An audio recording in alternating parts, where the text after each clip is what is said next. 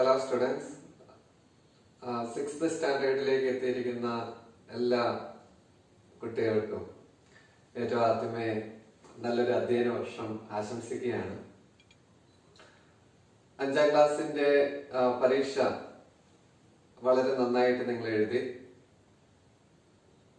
SH സ്കൂളിനെ സംബന്ധിച്ചിടത്തോളം 5ലെ എനിക്ക് നമ്മുടെ സ്റ്റെന്നി, അതുപോലെ തന്നെ നമിത, ദേവിക, അങ്ങനെ കുറേയധികം കുട്ടികൾക്ക് 25-ൽ 24, 25 മാർക്ക് തന്നെ കിട്ടിയിട്ടുണ്ട്. കുറേയധികം കുട്ടികൾക്ക് 20-ന് മുകളിൽ മാർക്ക് കിട്ടിയിട്ടുണ്ട്. എന്തായാലും എല്ലാവരും നന്നായിട്ട് പരീക്ഷ എഴുതി. ഇനി 6ാം ക്ലാസ്സിലെ ടോപ്പിക്കാണ് നമ്മൾ ഡിസ്കസ് ചെയ്യുന്നത്. 6ാം ക്ലാസ്സില് പ്രധാനമായിട്ടും നമുക്ക് ആദ്യ ചാപ്റ്ററിൽ പഠിക്കാനുള്ളത് ആംഗിൾസിനെ കുറിച്ചാണ്, അഥവാ കോണുകളെ കുറിച്ചാണ്. രണ്ടാമത്തെ ചാപ്റ്ററിൽ നമ്മൾ ആവറേജ്, അതായത് ശരാശരി, അത് എന്താണെന്ന് പഠിക്കും, എങ്ങനെയാണ് കണ്ടെത്തുന്നത് എന്നൊക്കെ പഠിക്കും. അപ്പൊ ഈ സമയം കുറേയധികം കുട്ടികൾക്ക് ടെക്സ്റ്റ് ബുക്ക് ഒന്നും കിട്ടിയിട്ടില്ല. ടെക്സ്റ്റ് ബുക്ക് നമ്മുടെ സ്കൂളിന്റെ വാട്സാപ്പ് നമ്പറിൽ നിങ്ങൾക്ക് ആ ടെക്സ്റ്റ് ബുക്ക് ഡൗൺലോഡ് ചെയ്യാനുള്ള ഒരു ലിങ്ക് അയച്ചു തന്നിട്ടുണ്ട്. അതിൽ നിന്ന് നിങ്ങൾ ടെക്സ്റ്റ് ബുക്ക് ഡൗൺലോഡ് ചെയ്തെടുക്കണം. ടെക്സ്റ്റ് ബുക്ക് ഉപയോഗിച്ചാണ് നമ്മൾ കൂടുതൽ ക്വസ്റ്റ്യൻസ് ചെയ്യുന്നത്. അപ്പൊ നിങ്ങൾക്ക് പുസ്തകം പ്രിന്റ് ടെക്സ്റ്റ് ബുക്ക് കിട്ടിയില്ലെങ്കിൽ നമുക്ക് പുസ്തകം ഡൗൺലോഡ് ചെയ്തെടുത്താൽ നമുക്ക് അത് ഉപയോഗിക്കാനായിട്ട് സാധിക്കും.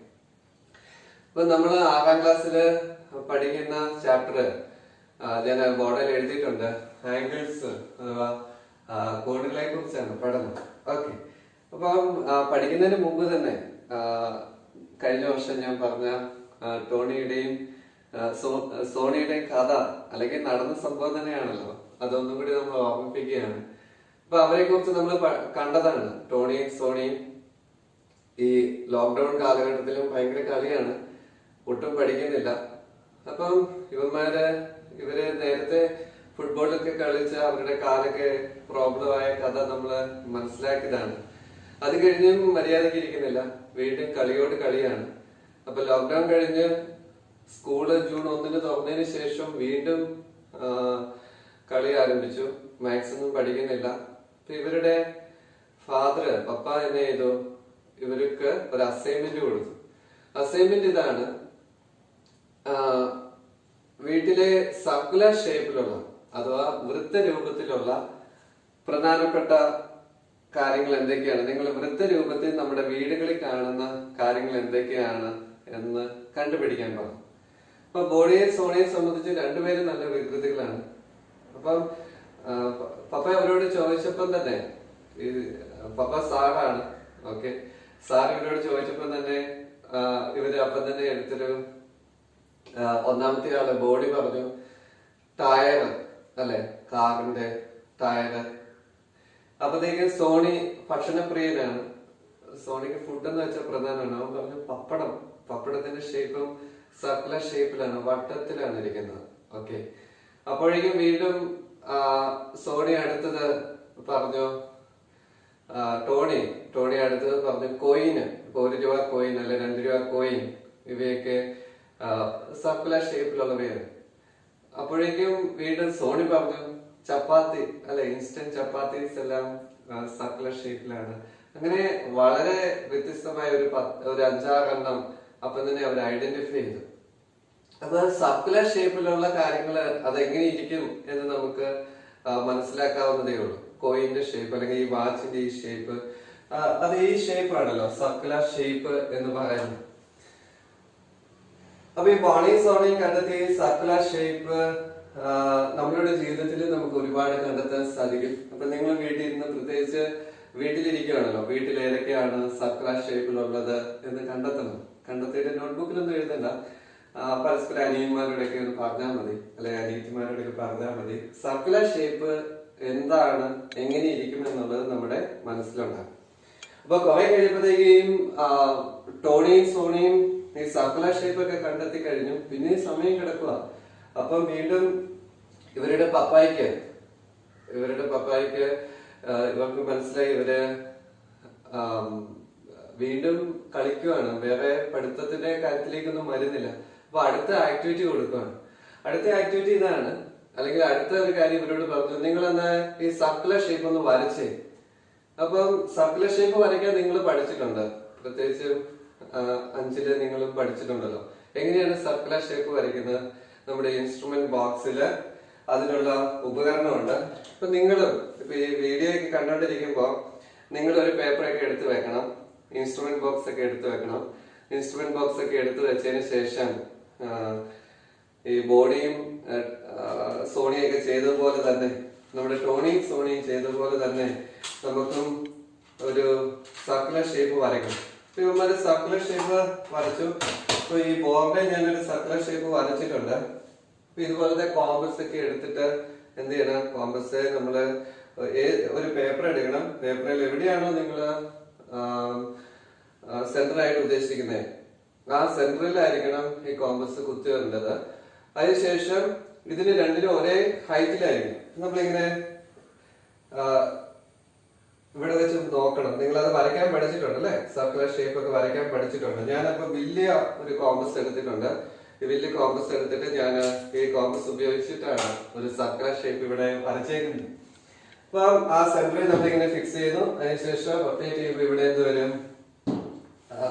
ഏത് പോയിന്റിൽ നിന്നാണ് നമുക്ക് സർക്കുലർ ഷേപ്പ് വരയ്ക്കേണ്ടത് അത് ഉപയോഗിച്ച് നമുക്ക് വരയ്ക്കാനായിട്ട് സാധിക്കും. ഓക്കെ, അപ്പൊ ഇവിടെ ഒരു സർക്കുലർ ഷേപ്പ് വരച്ചിട്ടുണ്ട്. ഇപ്പൊ ബോഡിയും സോണിയോടും പറഞ്ഞു സർക്കുലർ ഷേപ്പ് വരയ്ക്കാൻ പറഞ്ഞു. 3 സെന്റിമീറ്റർ ആഴമുള്ള ഒരു സർക്കുലർ ഷേപ്പ് അഥവാ ഒരു വൃത്തം വരയ്ക്കണം. അപ്പൊ അവര് വരച്ചു. പിന്നെയും അവന്മാര് വീണ്ടും വരച്ചു കഴിഞ്ഞപ്പം അടുത്തൊരു കാര്യം പറഞ്ഞു, എന്നാ ഇതിനെ ഒന്ന് 2ആയിട്ട് ഭാഗിക്കാവോ, 2 ഭാഗമാക്കാൻ സാധിക്കുമോ എന്ന് ചോദിച്ചു. അപ്പൊ അവര് പറഞ്ഞു 2 ഭാഗമാക്കാൻ എന്ത് സിമ്പിൾ ആണ്. കാരണം ഇതിന്റെ സെന്ററില് ഒരു പോയിന്റ്, ഇതാണ് സെന്റർ എങ്കില് ഈ സെന്ററിൽ നിന്ന് വീണ്ടും ഒരു സ്കെയിൽ ഉപയോഗിച്ച് വരച്ചാൽ മതി എന്ന് നമുക്കറിയാം അല്ലെ? 2ആയിട്ട് ഇതിനെ ഭാഗിക്കാനായിട്ട് സാധിക്കും. ഓക്കെ, ഇങ്ങനെ 2 ഭാഗങ്ങളാക്കി. അപ്പോഴേക്ക് വീണ്ടും അവരോട് സാറ് ചോദിച്ചു, എന്നാ ഇതിനെ 4 ഭാഗങ്ങളാക്കാം, കൃത്യമായ 4 ഭാഗങ്ങളാക്കാം. അതും അവർ 5ാം ക്ലാസ്സിൽ പഠിച്ചതാണ്. അപ്പൊ അവരടുത്ത ഈ ഇൻസ്ട്രുമെന്റ് ബോക്സിൽ നിന്ന് അടുത്ത ഉപകരണം എടുത്തു. ഉപകരണത്തിന്റെ പേര് നമുക്കറിയാം എന്താണ്? സെറ്റ് സ്ക്വയർ ആണ്. സെറ്റ് സ്ക്വയർ എടുത്തു. സെറ്റ് സ്ക്വയർ ഇതാണ്. ഇതിന്റെ 2 തരത്തിലുള്ള സെറ്റ് സ്ക്വയർ ഉണ്ട്. ഒരെണ്ണം ഈ ഒരു ഷേപ്പിലാണ്, ഒരെണ്ണം ഈ ഒരു ഷേപ്പിലാണ്. ഓക്കെ, അപ്പൊ മട്ടങ്ങൾ എന്നാണ് ഇതിന് മലയാളത്തിൽ പറയുന്ന പേര്. ഓക്കെ, അപ്പൊ ഈ സെറ്റ് സ്ക്വയർ എടുത്തു. സെറ്റ് സ്ക്വയർ എടുത്തതിന് ശേഷം അഥവാ മട്ടം എടുത്തിട്ട് ഇവരെന്ത് ചെയ്തു? ഈ സെന്റർ കൂട്ടി ഇവരിങ്ങനെ വെച്ചു. ഇതുണ്ടോ? ഇവരിവിടെ ഇങ്ങനെ വെച്ചതിന് ശേഷം ഇപ്പൊ ഇതിനെ 2 ഭാഗങ്ങളാണ് ആക്കിയത് അല്ലെ? ഇതൊരു ഭാഗം, ഇതൊരു അടുത്ത ഭാഗം. ഇതിനെ 4 ആക്കാൻ വേണ്ടി എന്ത് ചെയ്തു? ഇവരിങ്ങനെ വെച്ചതിന് ശേഷം എന്ത് ചെയ്തു? ഇവിടെ ഒരു പോയിന്റ് അടയാളപ്പെടുത്തി. പിന്നെ എന്ത് ചെയ്തു? വീണ്ടും ഇങ്ങനെ വെച്ചു. എന്നിട്ട് എന്ത് ചെയ്തു? ഇവിടെ ഒരു പോയിന്റ് അടയാളപ്പെടുത്തി. എന്നിട്ട് ഇതിനെ 2 കൂടി ഇങ്ങനെ കൂട്ടി യോജിപ്പിച്ചു. അപ്പൊ എന്ത് സംഭവിച്ചു? ഈ സർക്കുലർ ഷേപ്പിനെ എത്ര ഭാഗമായി? 4 ഭാഗങ്ങളായിട്ട് മാറ്റി. 4 ഭാഗങ്ങളായിട്ട് നമുക്ക് തിരിക്കാനായിട്ട് സാധിക്കും. ഇപ്പൊ നിങ്ങൾ ഈ സമയം എന്നെ ചെയ്യണം? ഇത് പോസ് ചെയ്ത് വെക്കണം. ഓക്കെ, വീഡിയോ ഇങ്ങനെ പോസ് ചെയ്ത് വെച്ചതിന് ശേഷം ഒരു 3 സെന്റിമീറ്റർ റേഡിയസ് ഉള്ള ആരമുള്ള ഒരു സർക്കുലർ ഷേപ്പ് വരയ്ക്കണം, ഒരു വൃത്തം വരയ്ക്കണം. അതിനുശേഷം മട്ടം ഉപയോഗിച്ച് അഥവാ സെറ്റ് സ്ക്വയർ ഉപയോഗിച്ച് അതിനെ 4 ഭാഗങ്ങളായിട്ട് ഡിവൈഡ് ചെയ്യും. അത്രയും ചെയ്യേണ്ട സമയമാണ്. ഈ ബോഡിയും സോണിയും ഇപ്പം ഇത് ചെയ്തുകൊണ്ടിരിക്കുകയാണ്. ബോഡിയും സോണിയും ചെയ്യുന്ന പോലെ തന്നെ നിങ്ങളും ഈ കൂട്ടത്തിൽ ചെയ്യണം. ഓക്കെ, കുറെ കഴിഞ്ഞപ്പോഴേക്കും ബോഡിയും സോണിയും 4ആയിട്ട് ഭാഗിച്ചു. അപ്പൊ വീണ്ടും അവരോട് ചോദിച്ചു, അങ്ങനെയാണെങ്കിൽ 8 ഭാഗമാക്കാൻ പറ്റുമോ? 4ആയിട്ട് പറ്റുമെങ്കിൽ ഇതിനെ തുല്യമായിട്ട് 8 ഭാഗമാക്കാൻ പറ്റുമോ എന്ന് ചോദിച്ചു. 8 ഭാഗമാക്കാമെന്ന് ചോദിച്ചു കഴിഞ്ഞപ്പോ വീണ്ടും അവർക്കറിയാം ഇതിനെ എങ്ങനെ 8 ഭാഗമാക്കണമെന്ന്. അവര് ഇങ്ങനെയാണ് നമ്മളിപ്പോ ഈ മട്ടം വെച്ചത്. അവരെന്നെ ചെയ്തു? ഇങ്ങനെ വെച്ചു. ഇങ്ങനെ എന്താ ഇവരിങ്ങനെ വെച്ചു, ഇവിടെ ഒരു വര വരച്ചു, വീണ്ടും എന്താ ചെയ്തു, ഇത് ഇങ്ങനെ വെച്ചതിന് ശേഷം വീണ്ടും ഇവിടെ ഒരു വര വരച്ചു, വീണ്ടും ഇവിടെ വരച്ചു, ഇവിടെ ഒരു വര വരച്ചു, വീണ്ടും ഇവിടെ ഒരു വര വരച്ചു. ഓക്കെ, അപ്പൊ ശ്രദ്ധിക്കണം, ഈ കോഡ് നമ്മുടെ സെറ്റ് സ്ക്വയർ വെച്ച് എങ്ങനെയാണ്, ഇങ്ങനെ ആദ്യമേ ഇങ്ങനെ വെച്ചു 4 ഭാഗിക്കാൻ, അത് കഴിഞ്ഞ് ഇങ്ങനെ വെച്ചു. ഇപ്പൊ നിങ്ങളുടെ ഇൻസ്ട്രുമെന്റ് ബോക്സിലും ഈ ഒരു ഇതുണ്ടാകും, ഉണ്ടാകണല്ലോ. അപ്പൊ അതെടുത്തിട്ട് ഇങ്ങനെ വേണം. ഓക്കെ, എന്നിട്ട് ഇത് കൂട്ടി യോജിപ്പിക്കുമ്പോ കണ്ടോ, ഇങ്ങനെ നമുക്ക്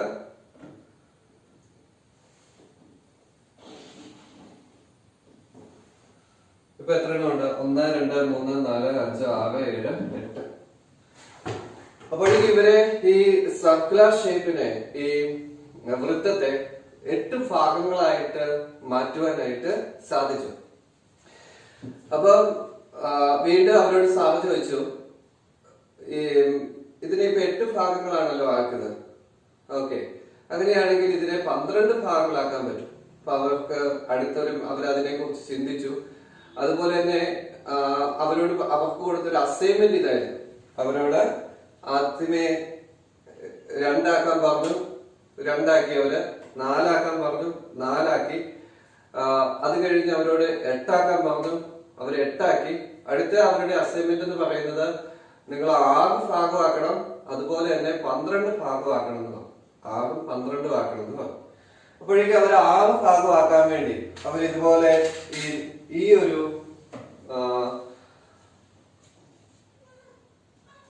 മട്ടമാണ് എടുത്തത്, അഥവാ സെറ്റ് സ്ക്വയർ ആണ് എടുത്തത്. അവർ ഇതിനെ വീണ്ടും 6 ഭാഗമാക്കുന്നതിന് വേണ്ടി എന്നാ ചെയ്തു, ഈ രണ്ടാമത്തെ സർക്കിൾ ഇങ്ങനെ എടുത്തു, വൃത്തം എടുത്തു. അതിനുശേഷം അവരിങ്ങനെ വെച്ചു, ഇങ്ങനെ. ഓക്കെ, ഇങ്ങനെ വെച്ചിട്ട് എന്താ ചെയ്തു, ഇവിടെ ഒന്ന് അടയാളപ്പെടുത്തി. ഓക്കെ, ഇവിടെ ഇങ്ങനെ ലൈൻ അടയാളപ്പെടുത്തി, ഇവിടെ ഒന്ന് അടയാളം, എന്നിട്ട് ഇവിടെ ഇങ്ങോട്ട് കൂട്ടി വന്നു. ഓക്കെ, അടുത്ത എന്താ ചെയ്തു, ഇവിടെ ഇങ്ങനെ വെച്ചു, ഇവിടെ ഒന്ന് അടയാളപ്പെടുത്തി. അടുത്ത എന്ത് ചെയ്തു, ഈ പോയിന്റ് വരുന്ന രീതിയിൽ ഇവിടെ എന്താ ചെയ്തു, ഇവിടെ ഒന്ന് അടയാളപ്പെടുത്തി. അടുത്ത എന്ത് ചെയ്തു, ഇവിടെ ഒന്ന് അടയാളപ്പെടുത്തി. അടുത്ത എന്ത് ചെയ്തു, ഇവിടെ അടുത്തതും അടയാളം.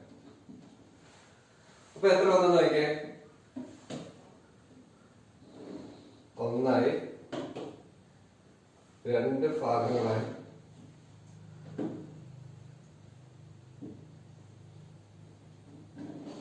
3 ആയി, 4 ആയി, 5 ആയി, 6 ഭാഗങ്ങളായി. കണ്ടോ? അപ്പൊ അതിനുവേണ്ടി നമ്മൾ ഉപയോഗിച്ച സെറ്റ് സ്ക്വയർ ഏതാണ്? ഇതാണ്.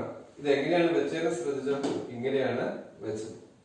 ഇപ്പൊ നിങ്ങൾ എല്ലാവരും ഈ സമയത്ത്, ഈ വീഡിയോ കാണുന്ന സമയത്ത് നിങ്ങൾ ചെയ്യേണ്ടതാണ്, ഒരു സർക്കിൾസ് വരയ്ക്കണം, വൃത്തം വരയ്ക്കണം. എല്ലാത്തിന്റെയും റേഡിയസ് ഒരുപോലെ ആയിരിക്കണം. അതിനെ 2 ആയിട്ട്, അത് കഴിഞ്ഞ് 3 ഭാഗമായിട്ട്, 4 ഭാഗമായിട്ട്, 6 ഭാഗമായിട്ട്, 8 ഭാഗമായിട്ട്. ഓക്കെ, ഇത്രയും ഭാഗമായിട്ട് ഇതിനെ ഡിവൈഡ് ചെയ്യണം. ഡിവൈഡ് ചെയ്തിട്ട് അത് നിങ്ങൾ ഡിവൈഡ് ചെയ്ത് അതൊരു പേപ്പറെ വരയ്ക്കണം. വരച്ചിട്ട് എനിക്ക് ഫോട്ടോ എടുത്തിട്ട് അയച്ചു തരണം.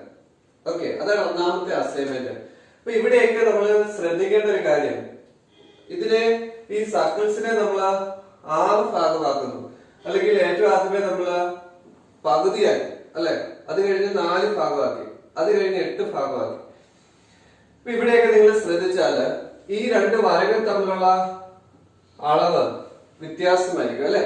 അപ്പൊ നിങ്ങൾ ഇങ്ങനെ ഓർത്താൽ മതി, ഇത് ഒരു കേക്ക് ആണെന്നിരിക്കട്ടെ, ബ്ലാക്ക് ഫോറസ്റ്റ് കേക്ക്. ഞാൻ കഴിഞ്ഞ വർഷം വാങ്ങിച്ചു തന്നായിരുന്നല്ലോ ബ്ലാക്ക് ഫോറസ്റ്റ് കേക്ക്, അല്ലെ? അപ്പൊ ബ്ലാക്ക് ഫോറസ്റ്റ് കേക്ക് ആണെന്നിരിക്കട്ടെ. അപ്പൊ ഈ ബ്ലാക്ക് ഫോറസ്റ്റ് കേക്ക് നല്ല ക്രീമൊക്കെ ഉള്ള നല്ല മനോഹരമായ കേക്കാണ്. അപ്പൊ ഈ ബ്ലാക്ക് ഫോറസ്റ്റ് കേക്കിനെ ഞാൻ 8 ഭാഗമാക്കുന്നു. ഭാഗമാക്കുന്നു. ഓക്കെ, രണ്ടും ഒരുപോലെ ഇരിക്കുന്നത്. വലിപ്പം ഒരു കഷ്ണത്തിന്റെ വലിപ്പം കൂടുതൽ ഏതിനായിരിക്കും? 8 ആയിട്ട് ഭാഗിക്കുമ്പോഴാണോ 6 ആയിട്ട് ഭാഗിക്കുമ്പോഴാണോ? ഒരു കഷ്ണമായിട്ട് നമ്മൾ ഇങ്ങോട്ട് മാറ്റിയെടുത്താൽ, ഇത്രയും ഭാഗം മാറ്റിയെടുത്താൽ ഏറ്റവും കൂടുതൽ ഏതായിരിക്കും? ഇതെന്ന് വെച്ചാൽ 8 ആയിട്ട് ഭാഗിച്ചില്ല ഒരു ഭാഗം. ഇതാണോ കൂടുതൽ? ഇതായിരിക്കും കൂടുതൽ, അല്ലെ? അപ്പൊ ഈ രണ്ട് വരകൾ തമ്മിലുള്ള അളവ് വ്യത്യാസം അല്ലെങ്കിൽ ഒരു വലിയ കഷ്ണം കിട്ടുന്നത് ഏതായിരിക്കും? 6 ഭാഗങ്ങളായിട്ട് ഭാഗിച്ചപ്പോഴാണ്. അപ്പൊ ഈ രണ്ട് വരകൾ തമ്മിലുള്ള വ്യത്യാസം നമ്മൾ സൂചിപ്പിക്കുന്നതിനെയാണ് കോണുകൾ അഥവാ ആംഗിൾസ് ഉപയോഗിച്ച് നമ്മൾ പറയുന്നത്. അപ്പൊ എന്താണ് ആംഗിൾസ് എന്ന് നമ്മൾ കാണും. എന്താണ് ആംഗിൾസ്?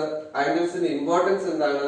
ആംഗിൾസ് എങ്ങനെയാണ് നമ്മൾ മെഷർ ചെയ്യുന്നത് എന്നതാണ് നമ്മൾ ഈ പാഠത്ത് പഠിക്കുന്നത്, ഈ യൂണിറ്റ് പഠിക്കുന്നത്. എന്താണ് ആംഗിൾ? ആംഗിൾ എങ്ങനെ നമ്മൾ മെഷർ ചെയ്യും, എങ്ങനെ നമ്മൾ അളന്നെടുക്കും? അതുപോലെ തന്നെ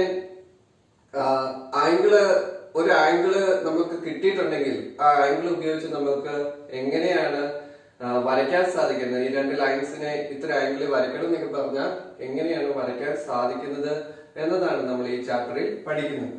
അപ്പൊ ഒന്നാമത്തെ അസൈൻമെന്റ് നിങ്ങൾ ചെയ്യാനായിട്ട് ശ്രദ്ധിക്കണം. സർക്കിൾസിനെ വരച്ചിട്ട് ഇത്രയും വ്യത്യസ്തമായ ഭാഗങ്ങളായിട്ട് ഡിവൈഡ് ചെയ്യാൻ ശ്രദ്ധിക്കുക. 2 ആയിട്ട്, 3 ആയിട്ട്, 4 ആയിട്ട്, 6 ആയിട്ട്, 8 ആയിട്ട്, 12 ആയിട്ട് ഒക്കെ വരയ്ക്കാൻ പറ്റുമെന്ന് ട്രൈ ചെയ്യുക. അത് വരയ്ക്കുമ്പോ ഒരു കാര്യം ശ്രദ്ധിക്കണം, എല്ലാ സർക്കിൾസും ഒരേ റേഡിയസ് ആയിരിക്കണം. ഓക്കെ, അതുപോലെ തന്നെ നിങ്ങൾ മനസ്സിൽ ചിന്തിച്ചു നോക്കേണ്ട കാര്യം ഇതാണ്. ഇങ്ങനെ 4 ആയിട്ട് ഭാഗിക്കുമ്പോഴും 8 ആയിട്ട് ഭാഗിക്കുമ്പോഴും തൊട്ടടുത്തുള്ള രണ്ട് ലൈനുകൾ തമ്മിലുള്ള അകലം കൂടുകയാണോ കുറയുകയാണോ എന്ന് നമ്മൾ നോക്കുക. അപ്പൊ ഇതാണ് ഒന്നാമത്തെ അസൈൻമെന്റ്. ഇത് ചെയ്തിട്ട് എനിക്ക് വാട്സപ്പ് ചെയ്ത് തരാനായിട്ട് ശ്രദ്ധിക്കണം. ഓക്കെ, ഇനി രണ്ടാമതായിട്ട് നമ്മൾ മെഷർ ചെയ്യുന്നത് ഈ ടോണിയും ബോണിയോടും ഇത് പറഞ്ഞു, ടോണിയും സോണിയോടും. ഓക്കെ, ഈ ടോണിയും സോണിയും ഇങ്ങനെ വരച്ച ഇവരുടെ ആക്ടിവിറ്റി എല്ലാം കഴിഞ്ഞു. അപ്പോഴാണ് ഈ ടോണിക്കും സോണിക്കും സംശയം. അവര് ചോദിച്ചു, ഇത് നീളം അളക്കാനുള്ളതാണ്. ഓക്കെ, അതുപോലെ തന്നെ ഇവിടെ കണ്ട ഈ സാധനം, ഇത് രണ്ടെണ്ണം എന്താണ്? ഇതുപോലെ തന്നെ സർക്കിൾസിനെയൊക്കെ 4 ആയിട്ടും 8 ആയിട്ടും 6 ആയിട്ടും ഒക്കെ ഭാഗിക്കാൻ വേണ്ടിയാണ് ഇത്. ഓക്കെ, അപ്പോൾ അവരുടെ അടുത്ത ചോദ്യം ഇതെന്നാന്ന് ചോദിച്ചു. ഇതെന്നാ സാധനം, അല്ലെ? ഇതെന്താണ് സാധനം? ഇതിന്റെ വലിപ്പമുള്ളതാണ്. ടീച്ചേഴ്സ് ഒക്കെ ഉപയോഗിക്കുന്ന സാധനം ഇതാണ്. ഇത് ഒന്ന് തന്നെയാണ്. ഓക്കെ, അപ്പൊ ഇത് എന്താണ്? ഇതിന് പറയുന്ന പേരാണ് കോൺ മാപിനി അഥവാ പ്രൊട്രാക്ടർ. Okay, protractor. അപ്പൊ ഈ കോൺ മാപിനി അഥവാ പ്രൊട്രാക്ടർ എന്തിനു വേണ്ടിയാണ് ഉപയോഗിക്കുന്നത്? ഈ സ്കെയിൽ എന്തിനു വേണ്ടിയാണ് ഉപയോഗിക്കുന്നത്? നീളം അളക്കാൻ വേണ്ടിയാണ് ഉപയോഗിക്കുന്നത്. കോൺ മാപ്പിനെ ഉപയോഗിക്കുന്നത് കോൺ അളക്കാൻ വേണ്ടിയാണ്, ആംഗിൾസ് അളക്കാൻ വേണ്ടിയാണ് നമ്മൾ എന്ത് ഉപയോഗിക്കുന്നത്? കോൺ മാപ്പിനെ ഉപയോഗിക്കുന്നത്. ഓക്കെ, അപ്പൊ എന്താണ് ആംഗിൾസ് എന്നാണ് നമ്മൾ ഇനി മെഷർ ചെയ്യുന്നത്. എന്താണ് ആംഗിൾസ് എന്ന് പറയുന്നത്? അപ്പൊ നമുക്കറിയാം,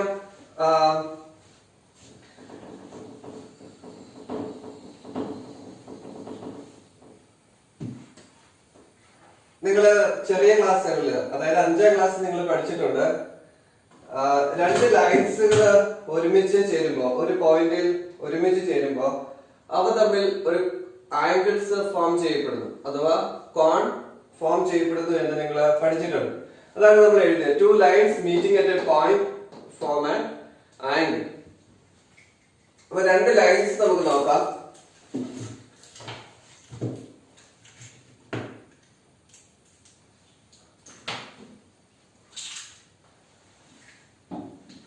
വേണ്ടോ? ഇത് ഒന്നാമത്തെ ലൈൻ. ഓക്കെ, അടുത്ത ലൈൻ ഇതാണ് ഇതിന്റെ സ്റ്റാർട്ടിംഗ് പോയിന്റ് എന്നിരിക്കുന്നത്. ഇവിടെ നിന്നാണ് ഇതാണ് നമ്മളുടെ സ്റ്റാർട്ടിംഗ് പോയിന്റ്. ഇവിടെ നിന്നാണ് നമ്മൾ ഇതിങ്ങനെ വരച്ചത്. അടുത്ത ലൈൻ ഇവിടെ നിന്ന് സ്റ്റാർട്ട് ചെയ്തു ഇങ്ങോട്ടൊരു ലൈൻ പോകും. ഓക്കെ, ഇപ്പൊ 2 ലൈനുകളുണ്ട്.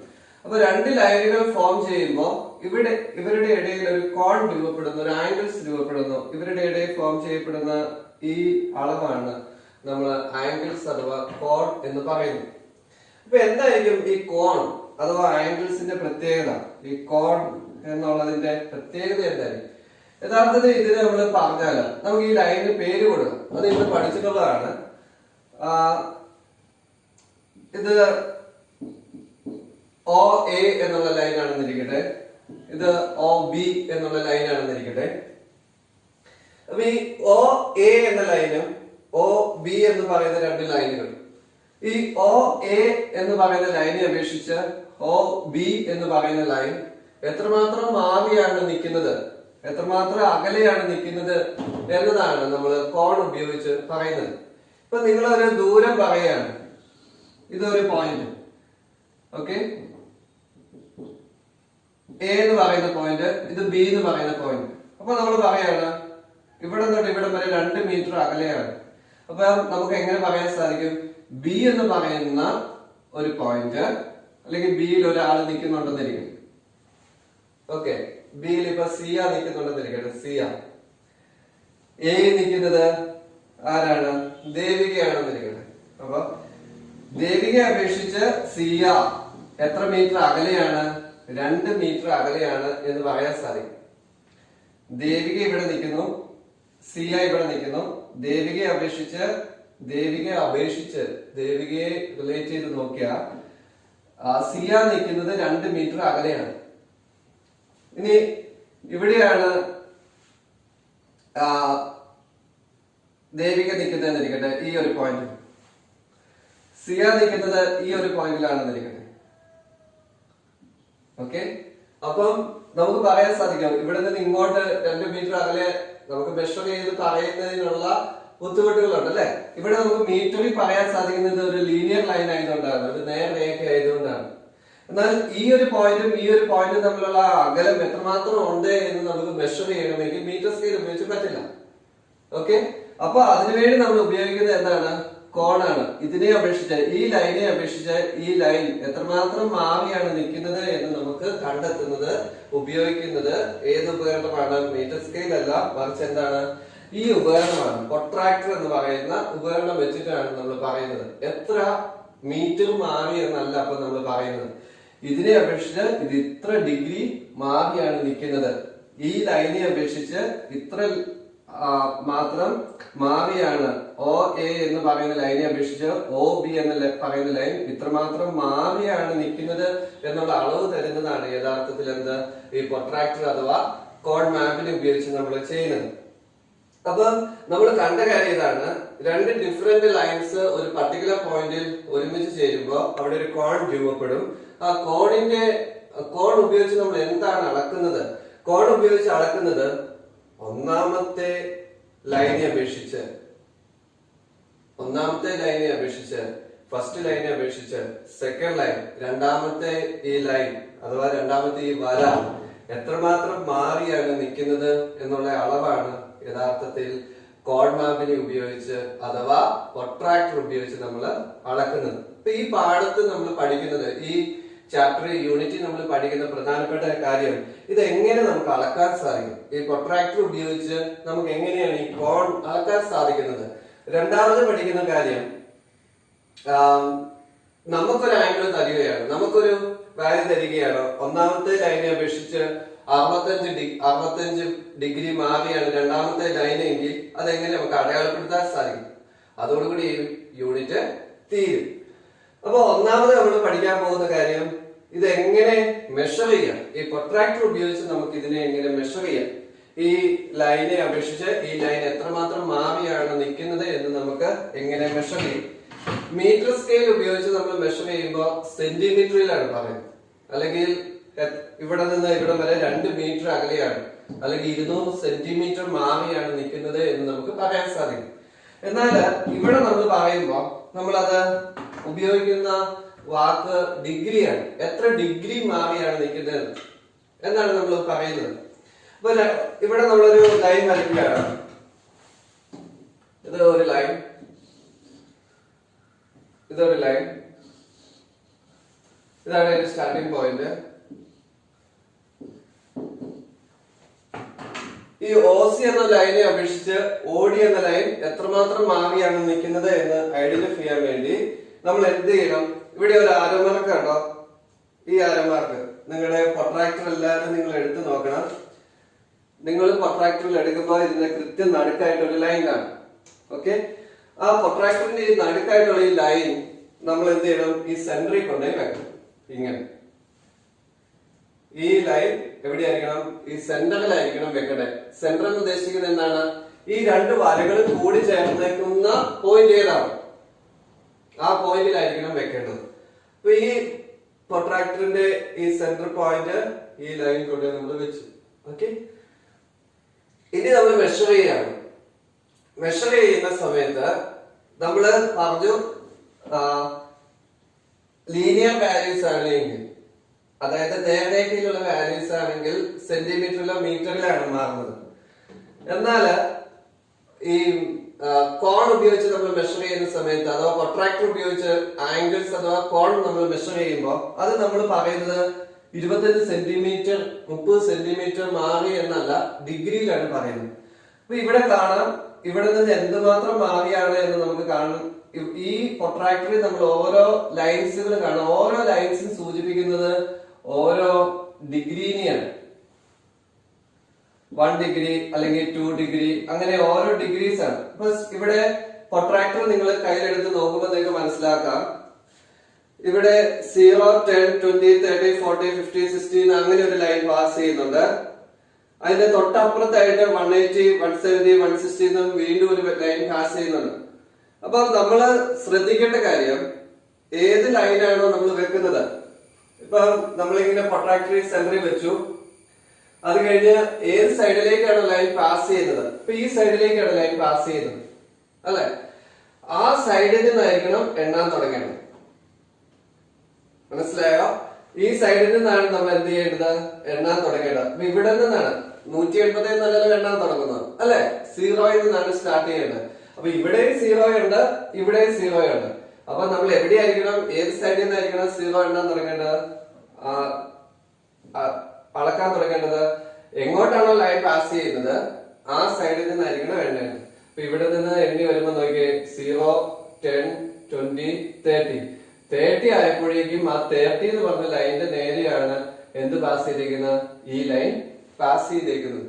അപ്പൊ നമുക്ക് പറയാൻ സാധിക്കും ഈ രണ്ട് ലൈനുകൾ തമ്മിൽ 30 ഡിഗ്രി വ്യത്യാസമുണ്ട്. ചെറിയ സ്റ്റെപ്പ് മനസ്സിലായോ? ആദ്യമേ ഇങ്ങനെ രണ്ട് ലൈൻ നമുക്ക് കിട്ടി അല്ലെ, വരച്ചു. ഇഷ്ടമുള്ള രണ്ട് ലൈൻ വരയ്ക്കാം. എന്നിട്ട് പ്രൊട്രാക്ടർ എടുത്തു അഥവാ കോഡ് മാപ്പിനെ എടുത്തു, അത് ഇൻസ്ട്രുമെന്റ് ബോക്സിലുണ്ട്. അതിങ്ങനെ എടുത്തു, എന്നിട്ട് തന്നെ ചെയ്തു, അത് ആ സെന്ററിൽ കൊണ്ടേ ഇങ്ങനെ വെച്ചു. ഇവിടെ കൊണ്ടേ വെക്കരുത്, ഇവിടെ കൊണ്ടേ വെക്കണം. ഏത് പോയിന്റ്? രണ്ട് വരകളും കൂട്ടി യോജിപ്പിച്ച് ഈ പോയിന്റിൽ കൊണ്ടേ വെച്ചു. അതിനുശേഷം തന്നെ ചെയ്തു, അതിനുശേഷം ഈ സൈഡിൽ എണ്ണണം. 180, 170, 160 എണ്ണം, 10, 20, 30 വേണം. നമ്മൾ കണ്ടു ഈ സൈഡിൽ നിന്നുമ്പോ എത്രയാ? 0, 10, 20. ഈ സൈഡിൽ കൂടെയാണ് പാസ് ചെയ്തെങ്കിൽ ഇവിടെ നിന്നാണ് സ്റ്റാർട്ടിങ്. ആദ്യമേ 10ആയി, 20ആയി, 30 എന്ന് പറയുന്ന പോയിന്റിലൂടെ ആണ് ഈ ലൈൻ പാസ് ചെയ്തേക്കുന്നത്.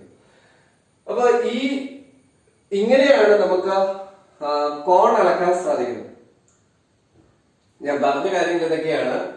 ഒന്നാമത് പറഞ്ഞ കാര്യം എന്താണ് കോൺ? രണ്ട് വരകൾ, ഒന്നാമത്തെ വര അപേക്ഷിച്ച് രണ്ടാമത്തെ വര എത്രമാത്രം മാറിയാണ് ഇരിക്കുന്നത് എന്നാണ് കോൺ തരുന്ന അഥവാ ആംഗിൾസ് തരുന്ന ഇൻഫർമേഷൻ, അറിവ്. അതെങ്ങനെയാണ് ഒന്നാമത്തെ വര അപേക്ഷിച്ച് രണ്ടാമത്തെ വര എത്രമാത്രം മാറിയിരിക്കുന്നത് എങ്ങനെയാണ് നമ്മൾ അളക്കുന്നത്? രണ്ട് വരകൾ കൂട്ടിച്ചേരുന്ന ഈ അവസ്ഥയിൽ നമ്മൾ അളക്കുന്നത് പ്രൊട്രാക്ടർ അഥവാ കോൺ മാപ്പിനെ ഉപയോഗിച്ചിട്ടാണ്. അപ്പൊ കോൺ മാപ്പിനെ ഉപയോഗിച്ച് എങ്ങനെയാണ് നമ്മൾ മെഷർ ചെയ്യുന്നത് അഥവാ പ്രൊട്രാക്ടർ ഉപയോഗിച്ച് എങ്ങനെയാണ് മെഷർ ചെയ്യുന്നത്?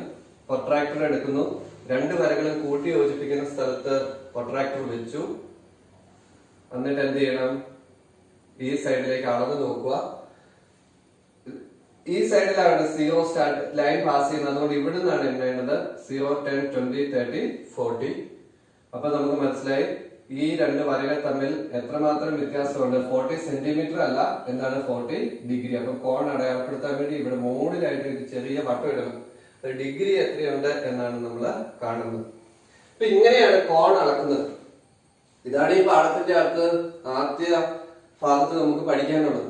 കോൺ അളക്കണം. കോൺ അഥവാ ആംഗിൾസ് അളക്കണം. എന്നിട്ട് നിങ്ങൾക്ക് ടെക്സ്റ്റ് ബുക്കിൽ തന്നേക്കുന്ന കാര്യം ഇതാണ്.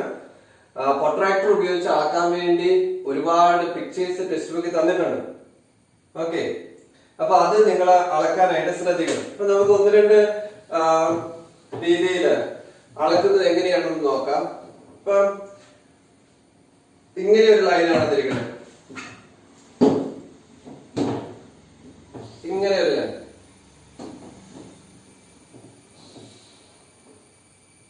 വേണം.